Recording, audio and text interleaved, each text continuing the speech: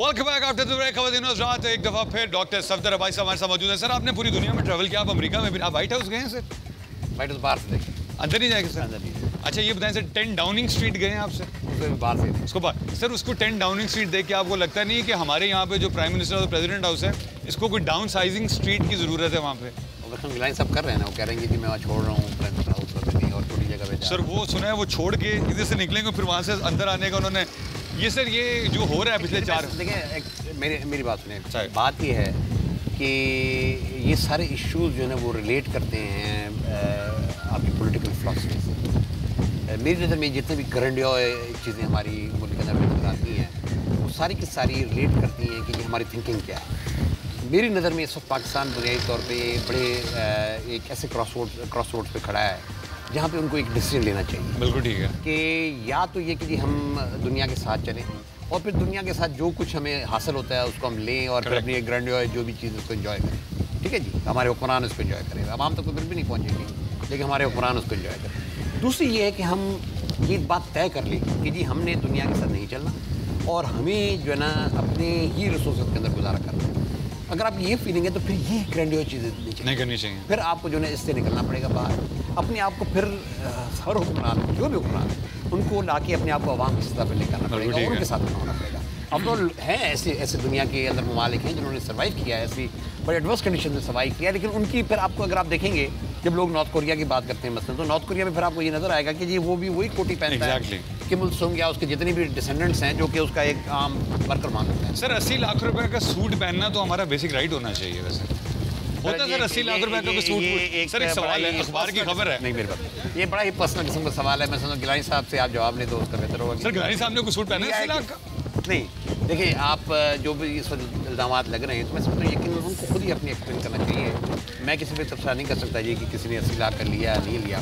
लेकिन मैं फिर ये करूँ, मैं टोटल एक कॉन्सेप्ट के हवाले से बात करना चाहता हूँ और वो कॉन्सेप्ट ये है कि आज ज़रूरत इस बात की है कि जो पाकिस्तान की इस वक्त इकनॉमिक प्रॉब्लम्स हैं और जो मुआशी इशूज़ हैं, यहाँ पे पॉवर्टी बढ़ रही है, डेफिसिट्स बढ़ रहे हैं, हमारे अखराजात ज़्यादा हैं, हमारी आमदनी कम है, बिजली के मसाइल हैं, गैस के मसाइल हैं। लोग ये फील कर रहे हैं कि जी हुक्मरान जो है ना वो हमारे साथ रिलेट नहीं कर रहे।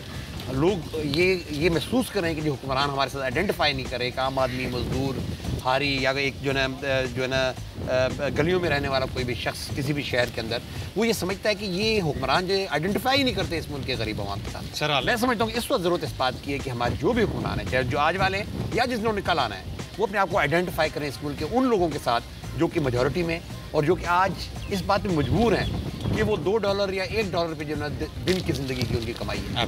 कि जहाँ वो $1 का मतलब 93 रुपये पे वो पूरा दिन सर्वाइव होता है। मेरी नज़र में आज बेसिक बात सारी चीज़ों को छोड़ के अगर हमने ये चीज़ कर ली जहाँ हुक्मरान अपने आप को आइडेंटिफाई करने लग गए, हाँ मतलब जो भी किसी भी स्टेट में बैठे हों, चाहे वो जनाब एग्जीक्यूटिव में हों, चाहे वो जुडिशरी में हों, चाहे जनाब वो आर्म फोर्सेस के अंदर हों, चाहे वो ब्यूरोक्रेसी में हों, चाहे वो पार्लियामेंट के अंदर हों, जितने भी लोग जो कि आप हुक्मरान तबका जिनको समझते हैं, जो कि इस मुल्क के फैसला साजी के अमल में शरीक है, वो जब आप अपने आप को रिलेट करेंगे, अपने आप को आइडेंटिफाई करेंगे उस कॉमन आदमी के साथ, तो फिर आप देखें तब्दीली की। सर एक सीरियस सवाल है क्योंकि आपने खुद सब्जेक्ट सीरियस कर दिया, मेरा मूड नहीं था। आप और मैं यहाँ बैठे हुए हैं, ऊपर से एक परिंदा गुजरता है, एक वो मिसाइल टाइप बम टाइप मार जाता है। अल्लाह ना करे आप और मैं अल्लाह को प्यारे हो जाते हैं। मैं तो चले छोटा सा आदमी हूँ।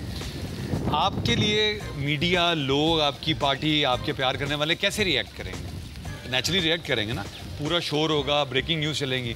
तो सर ये जो बेचारे मर रहे हैं जिसके ऊपर वो ड्रोन टाइप की मशीन आके फेंक जाती है, तो हमें दुख क्यों नहीं हो रहा? हम इसके लिए कोई एक्शन क्यों नहीं ले रहे सर? इस वजह से देखिए ना, मैं फिर उसी पे आ रहा हूँ कि माजरत के साथ, हालांकि पाकिस्तान पीपल्स पार्टी की अपनी गवर्नमेंट है, मुझे शायद इतना क्रिटिकल भी नहीं होना चाहिए क्योंकि अपने दोस्त कुछ ज़रा उसको अच्छा नहीं समझते, लेकिन मैं आपको फिर वो उसी पे आ रहा हूँ कि इस वजह से कि वो अपने आप को आइडेंटिफाई नहीं कर रहे उन लोगों के साथ जो कि मर रहे हैं रस्तों पर, रोडों के ऊपर। जिस दिन उन्होंने अपने आप को आइडेंटिफाई करना शुरू किया कि नहीं ये लोग जो मर रहे हैं ये भी हमारे ही हैं, ये हम इनके साथ जो रिलेट करें, जब उन्होंने निकल के लेट से अगर लियारी के अंदर कुछ होता है और हमारे हुक्मरान जो हैं वज़ीर मशीन, मैं ये नहीं कह रहा, हो सकता है सिक्योरिटी प्रॉब्लम हो, सदर की प्रॉब्लम हो, वज़ीर आज़म साहब की प्रॉब्लम हो, लेकिन जितने भी हुक्मरान तबकात के लोग हैं, जो वजीर हैं, मशीर हैं, जिस दिन उन्होंने जाके लियारी में बैठना शुरू कर दिया, जिस दिन उन्होंने जाके लियाकताबाद में बैठना शुरू कर दिया कि उन लोगों के साथ जिनकी ये चीज़ होती है, उनके जनाजों में वो शरीक होना शुरू हो गए, उनके यहाँ जाना शुरू हो गए, उनके साथ में आपको आइडेंटिफाई करने लग गए, तो फिर आप देखेंगे उनको भी एहसास होगा कि ये चीज़ को हमें रोकना चाहिए इस तरीके से। और कितनी अच्छी बात की है सफदर भाई साहब ने।